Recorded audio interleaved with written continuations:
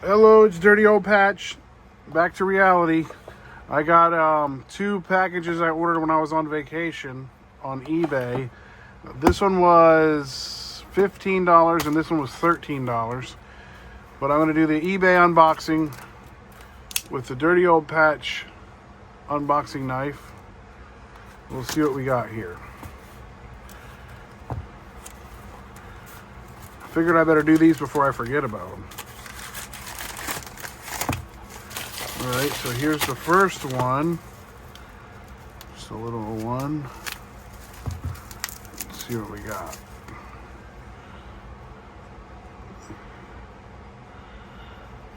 It looks better than I thought it was going to look.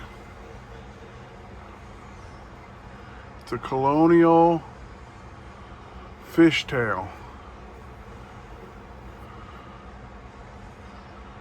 It was $15 on the eBay. That was the cheapest thing I could find that night when I was looking on eBay. So that's pretty cool. I have a couple of the automatic ones.